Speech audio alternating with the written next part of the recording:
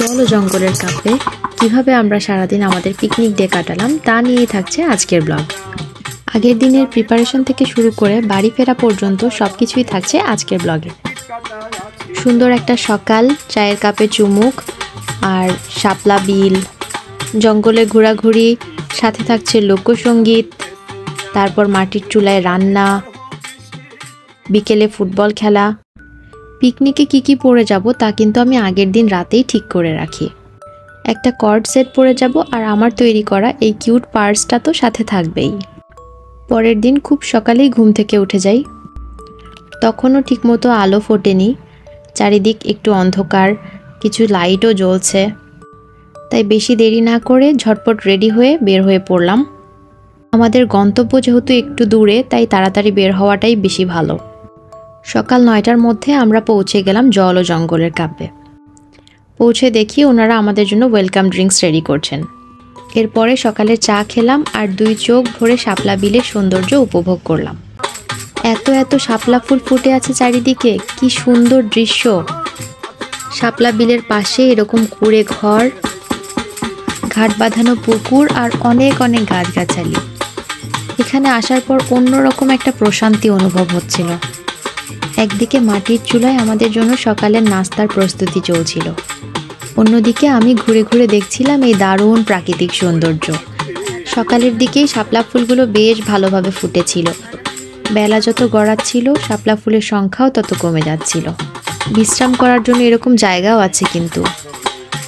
আপনিও চাইলে আপনার পরিবার পরিজন নিয়ে ঘুরে যেতে পারেন এই সুন্দর রিসোর্টটা থেকে। প্রিয়জনদের সাথে সুন্দর কিছু মুহূর্ত তৈরি করতে এই জায়গার কিন্তু কোনো জুড়ি নেই। যতই দেখবেন ততই মুগ্ধ হবেন।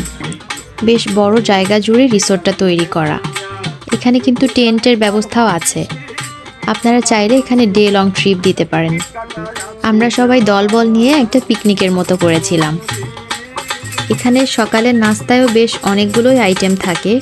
চালের আটার রুটি, পরোটা, বুটের ডাল, চিতই পিঠা, সবজি, মাংস, আরও অনেক কিছুই থাকে। মাটির চুলার রান্না বরাবরের মতোই অনেক টেস্টি হয়, আর নতুন করে বলার মতো কিছুই নেই। তাদের খাবারের টেস্ট আমার কাছে বেশ ভালো লেগেছে। দুপুরেও কিন্তু অনেকগুলো আইটেম ছিল, সব দেশীয় আইটেম। সাদা ভাত, মাংস, মাছ, ডাল, নানান রকম ভর্তা, সবজি, লাউ চিংড়ি, পাতুরি সহ আরও নানান রকমের খাবার। সকালের নাস্তা শেষ করে আমরা একটু ঘুরে দেখা শুরু করলাম রিসোর্টটার চারিপাশ। যতই দেখছি দেখা আর শেষ হয় না। ও হ্যাঁ, এখানে দোলনাও আছে কিন্তু।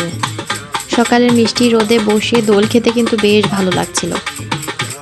আচ্ছা, এই ফুলটাকে কি ফুল বলে? আমি মনে হয় এটাকে ভাট ফুল নামে চিনি। জল ও জঙ্গলের কাব্যের এতক্ষণ তো জলের অংশটা দেখলাম, চলেন এবার জঙ্গলের পথে যাওয়া যাক। জঙ্গল দিয়ে হেঁটে যাওয়ার সময় গা ছমছমে পরিবেশ। 1 পা 2 পা করে আগাচ্ছি আর সাপ, ব্যাঙ, পোকামাকড়ের ভয় পাচ্ছি। কখন যে কার আগমন ঘটে। অনেক সুন্দর পাখিও দেখলাম এখানে। হালকা ঠান্ডা ছিল, বেশ ভালোই লাগছিল সকালটা। হালকা ঠান্ডা, হালকা রোদ, সব মিলিয়ে বেশ মজাদার ছিল ওয়েদারটা। এই জঙ্গলের পথটা বেশ লম্বা, আমরা পুরোটাই হাঁটলাম। আপনারা যারা ছবি ভিডিও করতে অনেক পছন্দ করেন তাদের জন্য কিন্তু এই জায়গাটা হতে পারে বেস্ট একটা প্লেস। এই জঙ্গলে কিন্তু দেখা মিলবে নানান রকমের বুনো ফুলের। বুনো ফুলগুলো কিন্তু আমার কাছে খুব ভালো লাগে। এদের খুব একটা কদর না থাকলেও এটা দেখতে খুব সুন্দর হয়, তাই না? আপনারা যারা আমার মতো শহরের পরিবেশে থাকতে থাকতে একদম বোর হয়ে গেছেন, তারা কিন্তু চাইলেই এরকম গ্রামীণ পরিবেশ থেকে একদিন ঘুরে আসতে পারেন। এত বড় জায়গা ঘুরে ঘুরে দেখতে দেখতে ক্লান্ত হয়ে গেলে এরকম বসার জন্য দোলনাও আছে কিন্তু। বসার জন্য আরও নানান রকমের জায়গা আছে। গাছের নিচেও বসে থাকতে পারবেন, নদীর পাড়েও বসে থাকতে পারবেন, বিলের পাড়েও বসে থাকতে পারবেন, আবার বিকেলবেলায় চাইলে নৌকায় করে ঘুরতেও পারবেন। আমার তো ঘুরে ঘুরে দেখাই শেষ হচ্ছিল না, চারিদিকে এত কিছু দেখার আছে। ঘুরতে ঘুরতে কোন সময় যে একটা বুনো ফুলও তুলে নিয়ে এসেছি, পরে দেখছি এত সুন্দর ফুলটা। সুযোগ পেয়ে আমিও বেশ কিছু ভালো ফটোগ্রাফি করে নিলাম। এরপরে বসে পড়লাম লোকসঙ্গীত এনজয় করতে। এই গ্রামীণ পরিবেশের সাথে এই সঙ্গীতগুলো এত সুন্দর মানিয়ে যাচ্ছিল। দিনটা সত্যিই আমার অনেক স্মরণীয় হয়ে থাকবে। আমি এরকমই একটা জায়গার সন্ধান খুঁজছিলাম যেখানে একটু কোলাহলমুক্ত পরিবেশে প্রাণ ভরে নিঃশ্বাস নেওয়া যাবে। ঢাকা থেকে খুব বেশি দূরেও হবে না, দিনে যেয়ে আবার দিনেই ফেরত আসা যাবে।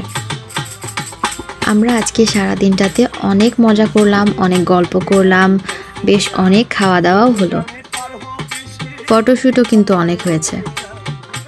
এখানে বিশ্রাম করার জন্য এরকম নানান রকমের কটেজ আছে।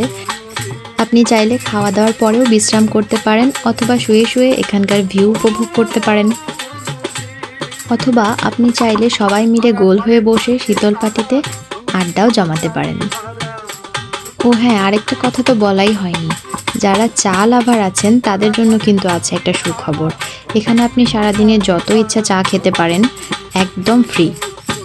এক কাপ চা হাতে নিয়ে পদ্মবিলের পাশে রাখা এই মাচায় বসে কিন্তু আপনি লোকসঙ্গীত এনজয় করতে পারেন। আমরা সারা দিনটাই এখানে কাটাই, আর বিকেলে খাওয়া দাওয়ার পরে এখানে ফুটবল খেলার আয়োজন করা হয়। আপনার এখানে কোনো ধরনের খেলাধুলা বা কোনো অ্যাক্টিভিটিস করতে চাইলে সেগুলোর সরঞ্জাম আপনাদের নিয়ে আসতে হবে। দুপুরে খাওয়া দাওয়ার পর যখন একটু হাঁটাহাঁটি করছিলাম, তখন এই ঘুঘু পাখির সাথে দেখা। দেখেন, এত কাছ থেকে তার ভিডিও করছি, তারপরেও সে উড়ে যাচ্ছে না। আমার কাছে তো আজকের দিনটা খুব ভালো লাগলো। আপনাদের কাছে এই ব্লগটা কেমন লাগলো কমেন্টে অবশ্যই জানাবেন। আর আপনারা যদি এখানে বেড়াতে যান, আপনাদের এক্সপিরিয়েন্সগুলো আমাকে কমেন্টে লিখে জানাবেন। আপনারা যারা ঢাকায় বা ঢাকার আশেপাশে থাকেন তারা খুব সহজেই এখানে এসে ঘুরে যেতে পারেন। আশা করি আপনাদের অনেক ভালো লাগবে। আস্তে আস্তে সকাল থেকে দুপুর, দুপুর থেকে বিকেল, বিকেল থেকে সন্ধ্যা গড়িয়ে গেল। বিকেলে এক কাপ চা খেয়ে রওনা দিয়ে দিলাম, আর সানসেট উপভোগ করতে করতেই বাড়ি ফেরার পথে চললাম। আজকে তাহলে এই পর্যন্তই। ভালো থাকবেন, সুস্থ থাকবেন। দেখা হবে অন্য কোনো ভিডিওতে, অন্য কোনো কিছু নিয়ে। আল্লাহ হাফেজ।